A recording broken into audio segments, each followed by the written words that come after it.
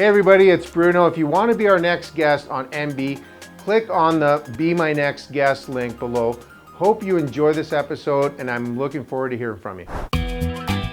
That's right. What's up, you sucker? That's right. What's up, you sucker? All right, it's Bruno with MB, where you know it can't all be serious, Doug. Well, that's fine. Is that okay? Mm-hmm. All right. Best looking guy in the biz, and I know our caption says top business secret, and we're here at Communica, and you know what? We want to engage you. Let's see what you got. Top business secret. You've been around for a while, so why don't we talk about that? What do you think keeps you going? Well, I think that every day you have to get up with optimism.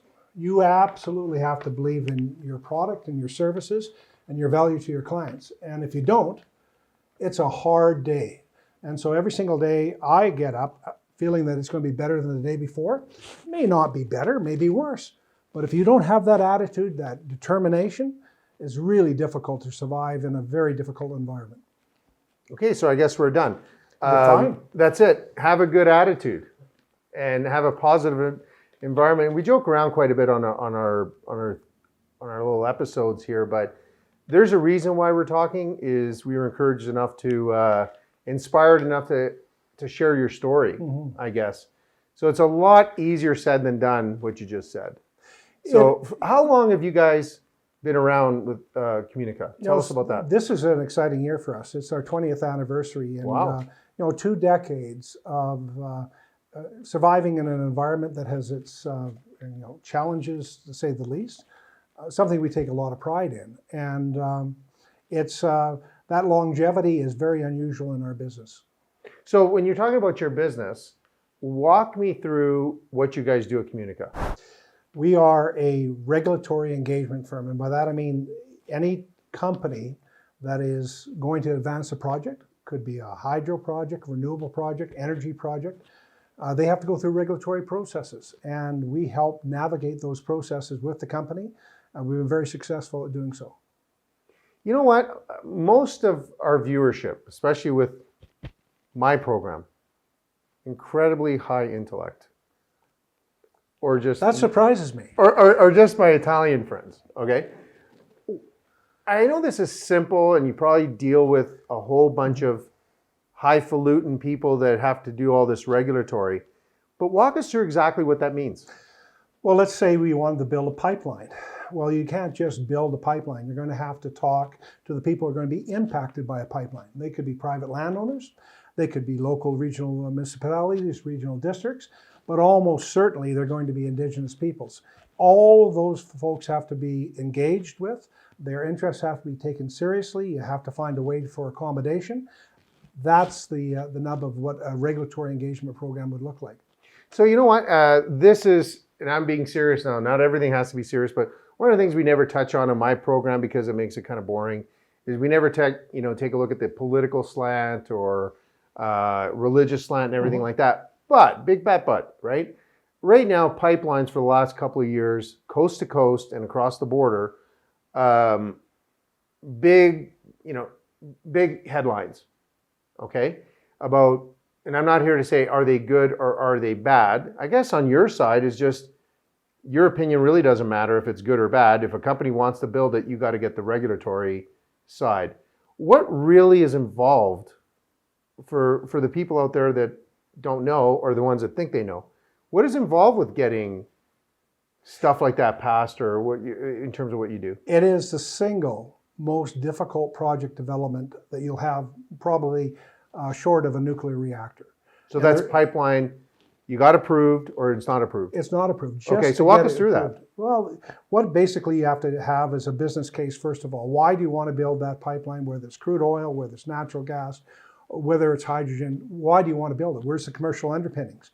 Then you have to have customer support. But the critical part of the regulatory side is now they need to understand what does the general public and the Indigenous communities think about your project. And so you need to go out and explain your project in a lot of detail. We've done 350 different pipeline projects. And I would say over the course of 20 years, the number one constant, every single one gets more difficult. And the reason is, when you have a single site, you've got a rough idea who you're dealing with. But if you elongate it for a linear development, well, suddenly you're not talking to a homogeneous population. You're talking about people for hundreds of kilometers along, each with their own opinion. Linear disturbance will be the single most difficult thing that you can permit. And it takes a lot of effort and a lot of patience, frankly. Well, the one thing I learned is Polly's a genius. What's that word you use? That's a good word. Homogeneous. Homogeneous. I thought you said Polly's a genius. No, it's Polly was a bookie in my neighborhood. Yeah, it's Latin for regulatory engagement. Oh, okay. I thought it was gaming. But now let's talk about something. 20 years, you mentioned Communica's 20 years doing this kind of stuff. So I do want to touch on your background. Because one of our conversations that we had, I think we had one kind of really in-depth one, you uncovered some stuff, and that's what I do, kind of like find out the dirt on people. It's good dirt. I really regret talking with you. Yeah. Somebody said that before.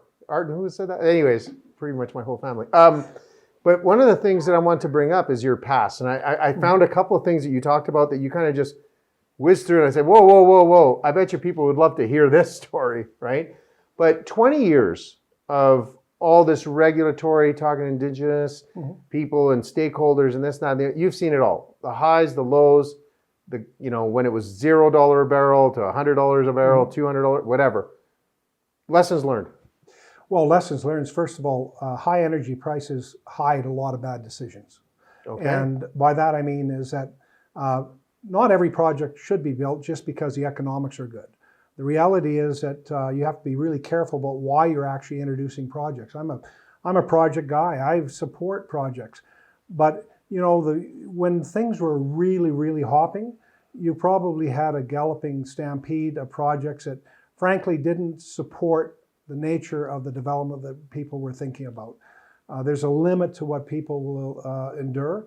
And so number one thing is that you need to have not only the commercial underpinnings, but you need to have the social underpinnings that allow you to actually proceed.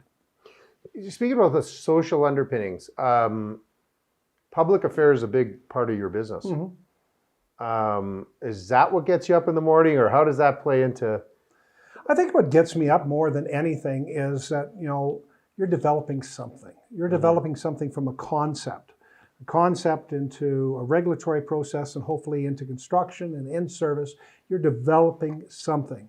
And so it's a rare thing, I think, that you're able to say, I had an involvement in that, which is going to stand the test of time for 30, 40, 50 years.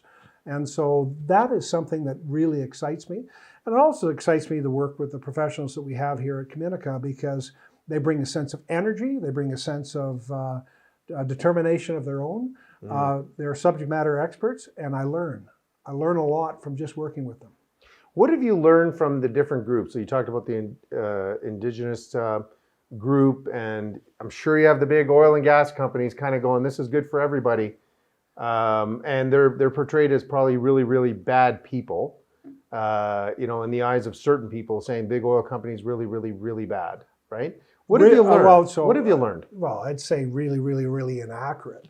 I think that the oil and gas industry is paying for past sins, not current practices. And by that I says almost every client that we work with, and we work with a lot of different clients in renewables and energy and mining, in infrastructure, they come at it from a very good place, and they want to do good. It doesn't mean that when you move through life that everything's going to be perfect, but they have good underpinnings for reasons of going forward.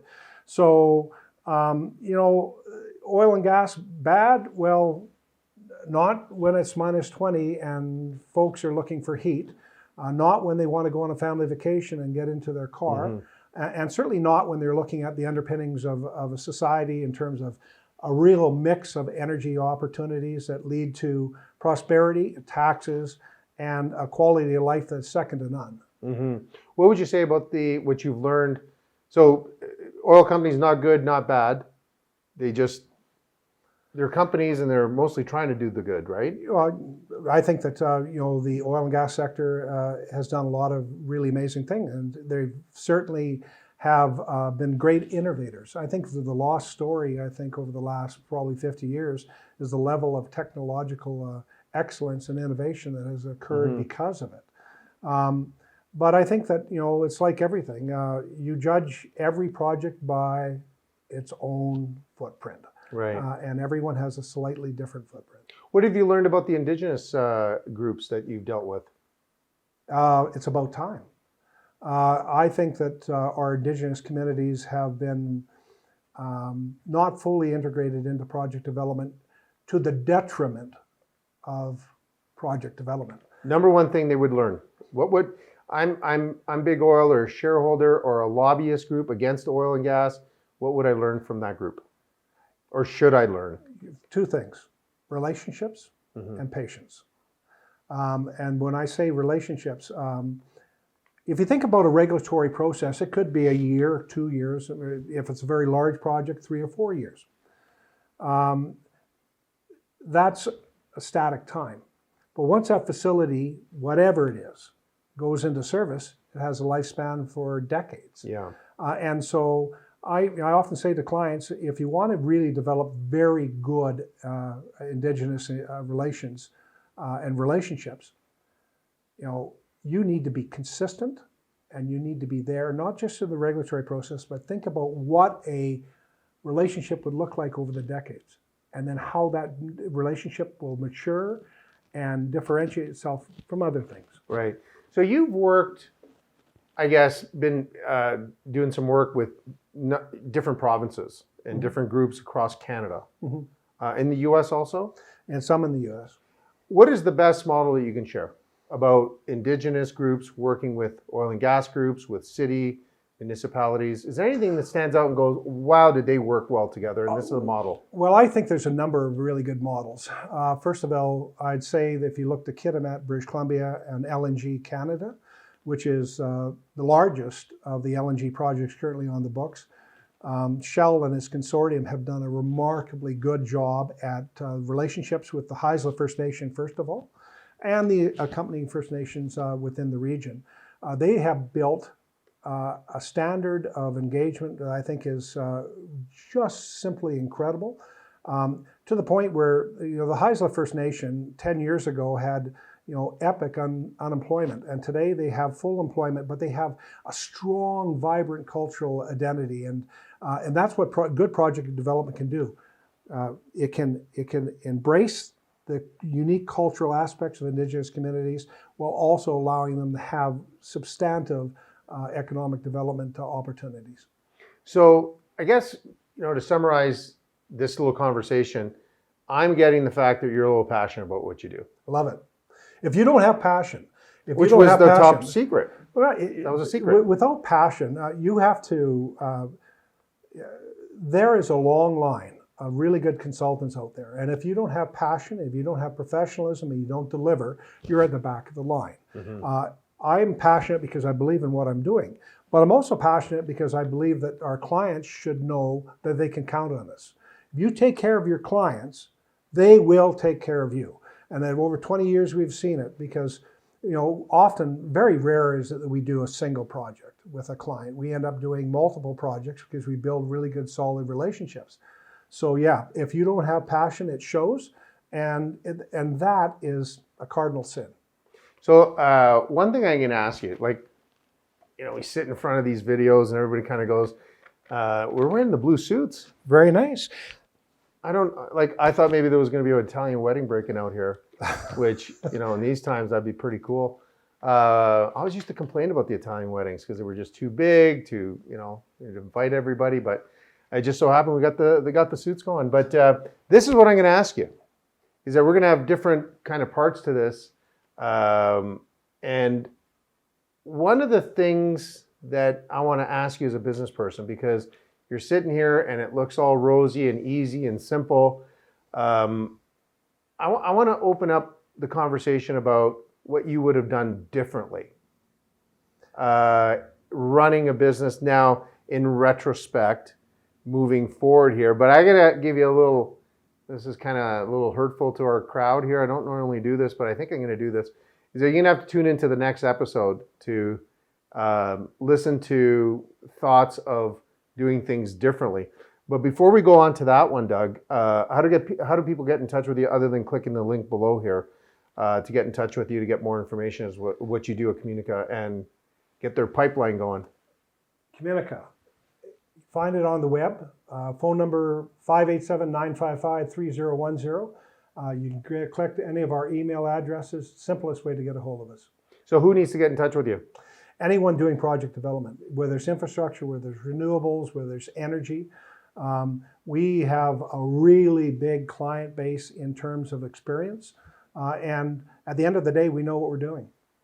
Good. Well, thanks, Doug. That was good. Thanks, Bruno. And you got to tune in next time because we're going to be talking about that, if I knew then what I know now. Right? Absolutely. All right. Thanks, Doug. Thank you. Well, you know what? That's pretty much all the time we have for this episode today. Thank you for tuning in with us. And you know what? Make sure you subscribe to our MegaPixx media channel so you will never miss an episode. And also, you can follow us on LinkedIn and Facebook, Instagram. We have content almost every day. So thank you very much for joining us. I'll see you guys soon.